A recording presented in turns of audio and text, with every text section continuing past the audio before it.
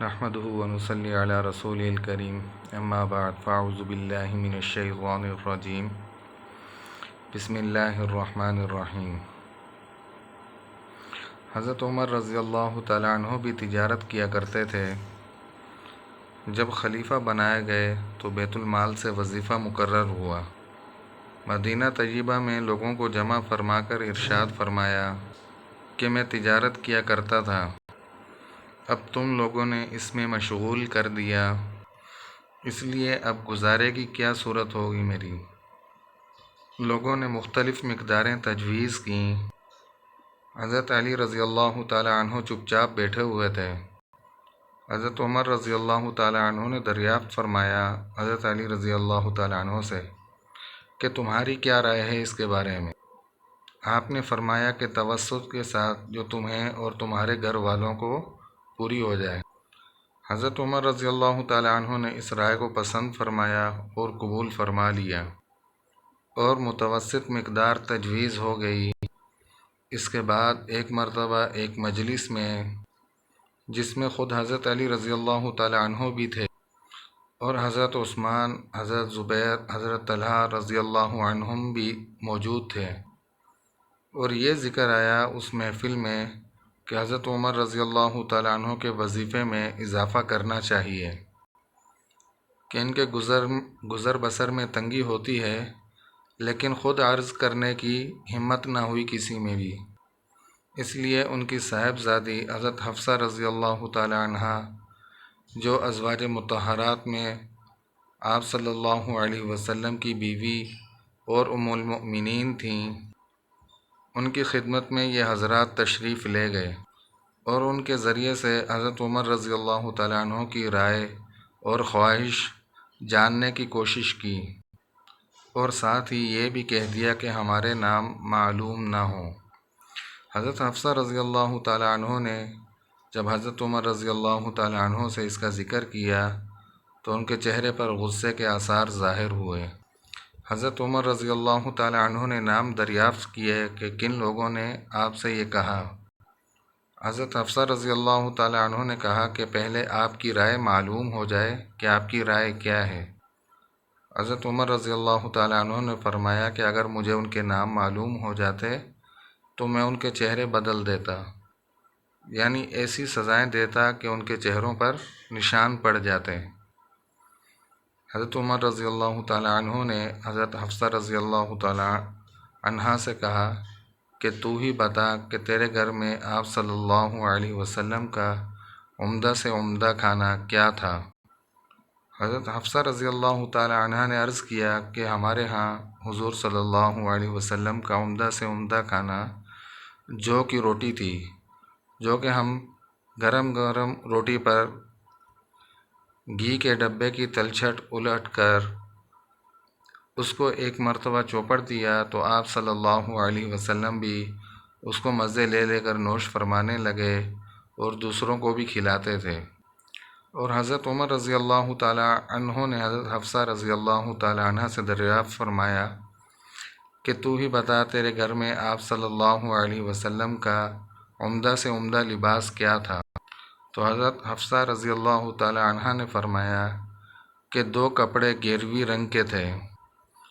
جن کو حضور صلی اللہ علیہ وسلم جمعے کے دن یا کسی وفد کے آنے کی وجہ سے پہنتے تھے، یہ آپ صلی اللہ علیہ وسلم کے کپڑے تھے۔ تو حضرت عمر رضی اللہ تعالیٰ عنہ نے دریافت فرمایا کہ تو ہی بتا تیرے یہاں آپ صلی اللہ علیہ وسلم کا تیرے گھر میں بچھونا کون سا تھا؟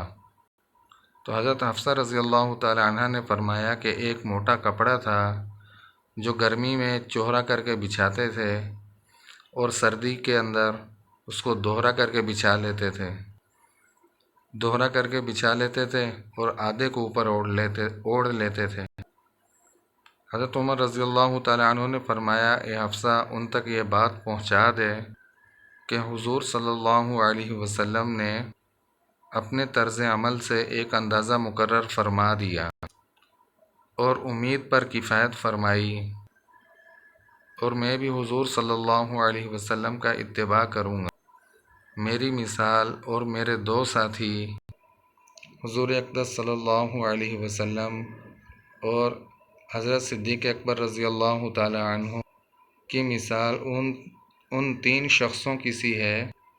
جو ایک راستے پر چلے۔ پہلا شخص ایک توشہ لے کر چلا اور مقصد کو پہنچ گیا، اور دوسرے نے بھی پہلے کا اتباع کیا اور اسی کے طریقے پر چلا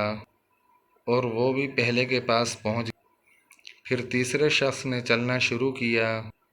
اگر وہ ان دونوں کے طریقوں پر چلے گا تو ان کے ساتھ مل جائے گا، اور اگر ان کے طریقے کے خلاف چلے گا تو کبھی بھی ان کے ساتھ نہیں مل سکے گا۔ یہ اس شخص کا حال ہے جس سے دنیا کے بادشاہ ڈرتے اور کانپتے تھے کہ کس زاہدانہ زندگی کے ساتھ عمر گزار دی۔ ایک مرتبہ آپ رضی اللہ تعالیٰ عنہ خطبہ پڑھ رہے تھے اور آپ کی لنگی میں 12 پیوند لگے ہوئے تھے، جس میں سے ایک چمڑے کا بھی تھا۔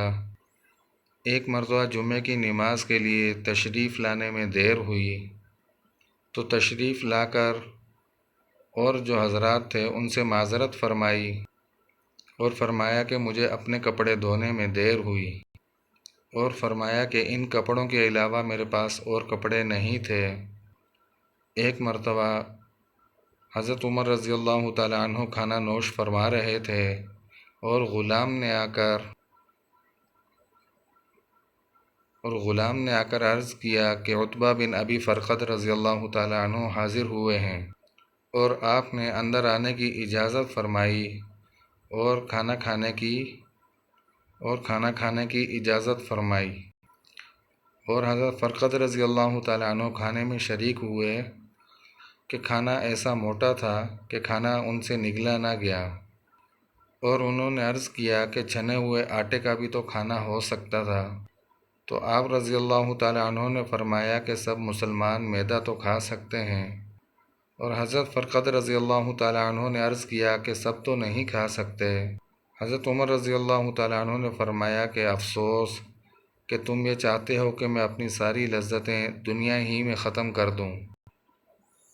یہ ہے اس شخص کی زندگی حضرت عمر رضی اللہ تعالیٰ عنہ کی کہ جن سے دنیا کے نامور بادشاہ ڈرتے اور کانپتے تھے۔ اور یہ بھی آتی ہے روایات کہ حضرت عمر رضی اللہ تعالیٰ عنہ جس راستے سے گزرا کرتے تھے شیطان وہ راستہ چھوڑ دیتا تھا، لیکن زندگی کے حوالے سے کہ آپ صلی اللہ علیہ وسلم نے کیسا لباس استعمال کیا اور کیسا اوڑھنا اور بچھونا تھا آپ صلی اللہ علیہ وسلم کا، انہی کے طرز عمل پر آپ حضرت عمر رضی اللہ تعالیٰ عنہ نے اپنی زندگی گزاری، اور یہ کہ اپنے ان 2 دوستوں کی مثال دے کر کہا کہ وہ اپنے مقصد پر چلے اور کامیابی کو پہنچ گئے، اور اگر میں ان کے طریقوں سے ہٹ کر چلوں گا تو یہ کہ میں ان تک نہیں پہنچ سکتا، بلکہ پہنچوں گا تو تب ہی کہ جب ان کے راستے پر چلوں گا۔ اگر ان کے مقصد پر چلوں گا تب تو کیا ہے کہ میں ان تک پہنچ جاؤں گا، اگر یہ کہ ان سے ہٹ کر چلوں گا، ان کے مقصد سے ہٹ کر چلوں گا، اپنی من چاہی زندگی گزاروں گا، تب تو کیا ہے میں کہیں بھی جو ہے وہ کامیاب نہیں ہو سکتا۔ تو حضرت عمر رضی اللہ تعالیٰ عنہ نے اپنے طرز زندگی جو ہے وہ اپنے پہلے 2 ساتھیوں کے جیسی بنائی اور اپنائی، تو اسی وجہ سے کیا کہ حضرت عمر رضی اللہ تعالیٰ عنہ بھی اپنے ان 2 ساتھیوں کے ساتھ جا ملے۔ تو عرض کرنے کا مقصد یہ تھا کہ انسان کی زندگی بھی سادہ ہو، اور یہ کہ اس کا کھانا پینا اٹھنا بیٹھنا ہر اعتبار سے کیا کہ انہی کے طرز زندگی کے مطابق ہونے چاہیے انسان کی زندگی، تب تو جا کر کیا کہ انسان کامیاب ہو سکتا ہے، وگرنہ تو کیا کہ انسان کامیابی کو کہیں سے چھو بھی نہیں سکتا۔ ان حضرات کے ہزاروں لاکھوں سینکڑوں واقعات اس قسم کے ہیں کہ جن کی انسان جو ہے کچھ لوگ اتباع کرنا چاہتے ہیں، کیونکہ وہ لوگ تو ایسے تھے کہ جن کے قوا، جن کے ہڈیاں وغیرہ جو ہیں وہ ایک مضبوط تھیں، لیکن آج کل کے اعتبار سے کیا کہ انسان کے قوا بہت ہی ضعیف اور کمزور ہیں۔ انسان خود جو ہے وہ ایک کمزور ہو چکا ہے، اور انسان کی ہڈیاں وغیرہ خوراک وغیرہ ویسی نہیں رہیں جیسی پہلے ہوا کرتی تھیں، دیسی خوراکیں وغیرہ، جس طریقے سے حضرت عمر رضی اللہ تعالیٰ عنہ بغیر چھنے ہوئے آٹے کا کھانا نوش فرما رہے تھے جو کہ گرم روٹی تھی، لیکن حضرت فرقد رضی اللہ تعالیٰ عنہ نے فرمایا کہ مجھ سے نگلی نہیں گئی، اس طریقے کا کھانا جو ہے وہ حضرت عمر رضی اللہ تعالیٰ عنہ نوش فرما رہے تھے۔ حقیقت کے اندر آج کل ان لوگوں کا اتباع کرنا بہت ہی زیادہ مشکل ہے۔ اتباع نہ بھی کیا جائے لیکن کیا کہ انسان ان کے طرز زندگی پر انسان اپنی زندگی گزارنے کی کوشش کرے کہ انسان جو ہے وہ اس دنیا کے اندر بھی اور آخرت کے اندر بھی کامیاب ہو۔ تو اللہ تبارک و تعالیٰ سے دعا ہے کہ اللہ تبارک و تعالیٰ ہم سب کو صحابہ کرام اور آپ صلی اللہ علیہ وسلم کے نقش قدم پر چلنے کی توفیق عطا فرمائے۔ وآخر دعوانا ان الحمد للہ رب العالمین۔